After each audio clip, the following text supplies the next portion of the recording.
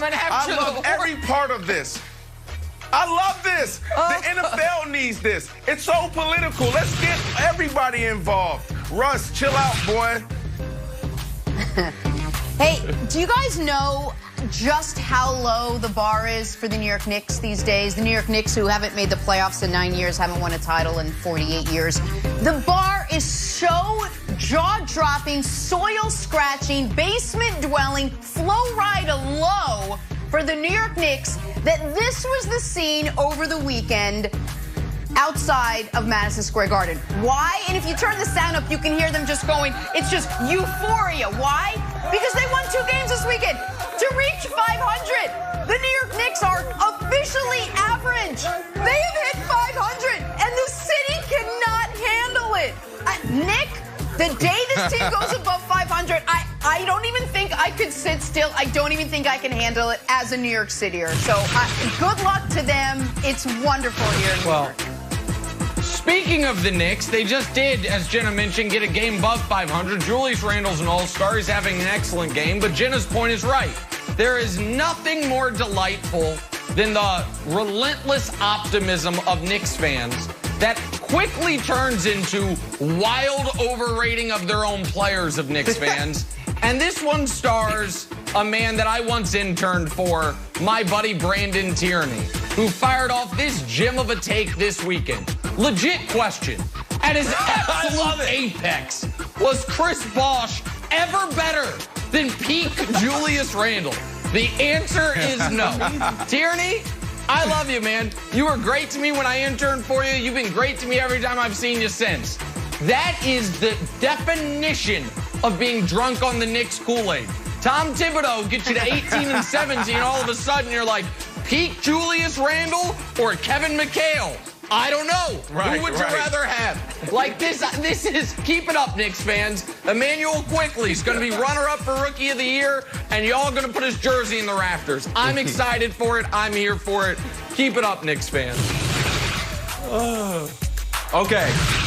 All right, here's the take. I know when you go to Sherwin-Williams, you look at the color palette, you're like, wow, there's trillions of colors. What should I paint my bedroom? Maybe I'll paint Whispering Fog. That seems nice. Here's the problem. There's only like 10 colors. And when they get matched up here, it doesn't work. It happened with Thunder Hawks. They had to change at halftime. And then spring training starts. Oh, Cardinals-Nationals game. Oh, is this an inter-squad scrimmage? Nope. A full-on game. So here's the solution. Stylists for every league have to look at the uniforms, and we really open up the aperture in a major way. So color combinations that match on TV. Hey, good news. Today you're wearing camouflage, and the other team's gonna wear that like orange, safety orange. It's a whole deer hunting theme. Hey, we're gonna go 60s theme. You guys are gonna wear tie-dye. You guys are gonna wear like loose denim. You're gonna look like Timberlake and Britney Spears. Next time, oh, you're gonna wear metallic silver, and you're gonna just wear leather. It's gonna be like a Mad Max meets Star Wars thing. We really open up the aperture so this never happens again. Free take from Kevin Wildes. Love it. All love it. Our stylist, Christine, get her on it. Trade talks. Let's talk some Dallas Cowboys now. Why are we talking Cowboys? Not because they finally signed Dak Prescott, because that would be hilarious, but because at least it appears like they want to. Last week, Russell Wilson listed the Dallas Cowboys as a team he'd be open to be traded to. Well, according to a report over the weekend, Cowboys find a Dak for Russ swap, quote, laughable, citing the age difference between the two quarterbacks and the truckload of the draft capital they'd have to give up. There's a lot there. So, Brendan, are the Cowboys making a mistake laughing off a Dak for Russ trade?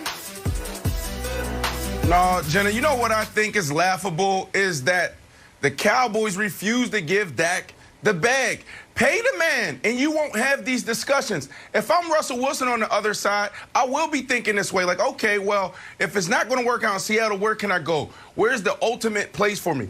And Dallas would be up there. And the reason why I'm considering this is because you refuse to pay him. And that tells everybody in the league what you think of him. But look, Russell is the better quarterback. Russell is the better leader. When I talk about leaders, because Russ is in the category where there's only a few people. When you talk about all of sports, he's awesome. But you don't go and get rid of Dak Prescott. That is your guy. You did a phenomenal job. That's your legacy. You drafted this guy in the mid-rounds. You did the work. You did the due diligence, and you helped develop him. So why would you get rid of a guy that comes in and there's only 5 quarterbacks that have more wins than him?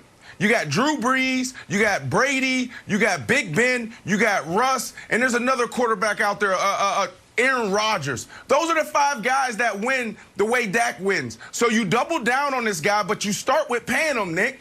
We wouldn't be having this discussion if you pay him. What's the big deal, resident GM? Yeah, you well, tell me. That's the thing, though.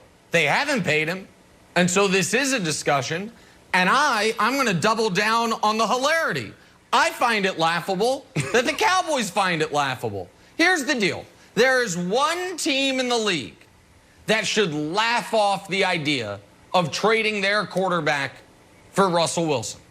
My team, the Chiefs. And that's not me being a Chiefs homer. That's the reality of it. Now, if you want to say a team like the Chargers wouldn't be interested because Justin Herbert's a decade younger and so much cheaper, fine. Right. I'm not saying every team would trade their quarterback 1-for-1 for Russ, but there's only one team that hangs up the phone and doesn't have the conversation. That's the Chiefs. Everyone else should have the conversation. And for the Cowboys, when clearly you guys are in a multi-year stalemate over what Dak finds his value to be and what you find his value to be, well, then maybe you're not ever going to actually agree. And Dak is going to be a free agent a year from now because you're going to franchise tagging him again this season. To me, Wilds, this is one of the rare instances that everyone could win. Dak could win because he would finally get the contract he feels he deserves and a team that clearly wants him. Russ would win because he would be with a team that is going to be on the marquee, more nationally televised games than any team in the league, and weapons galore. Pete Carroll would win potentially because you go to a super low maintenance, awesome game manager, which seems to be what he wants Russell Wilson to be.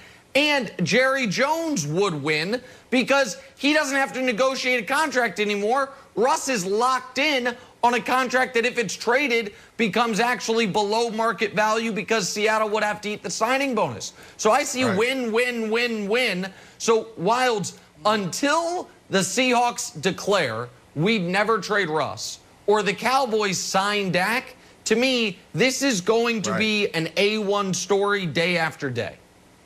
Okay, but Nick, don't you think that the media, us on this show particularly, want to have it both ways? Because anytime an organization flirts with another quarterback, like, oh, what are you doing? What are you drafting Jordan Love for? What are you showing up at this guy's pro day for? Why are there rumors that you want Tom Brady on your team? The Cowboys are handling this perfectly. They should release a video of them actually laughing. We know they love Dak, and they just want to support him. While every other team out there is trying to alienate their quarterbacks, the Cowboys are like, we didn't get the deal done, but we love you. Jerry Jones, like, we treat you like family. And here's the other thing.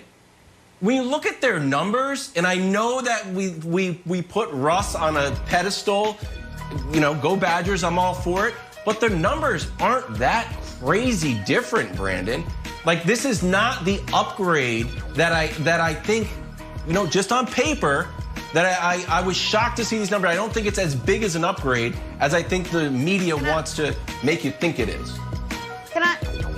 Brandon, let me jump in for 1 second because I got to just push back because Nick and I have been on this show from the very beginning. We've had this conversation before. I keep hearing over and over how much the Cowboys love Dak Prescott. But and I love to hear people tell me they love me. I want everyone to tell me they love me, but at some point I want you to show me. At some point I want you to pay me or give me the due respect or something, because it has now been years upon years of off seasons that we keep talking about how much Jerry and Steven love Dak, and yet show me the money. Show me how much you love me and trust me. Even after his injury last year, they were like, Dak's still our guy. If Dak is still your guy, there would be some sort of here, this is what we'd like to offer. Let's get that conversation to go in, and we haven't heard it. No contract. Yeah, Nick, no contract still. You know, I'm tired of the words now. Nick, you know who Jenna is? Jenna is Andre Johnson.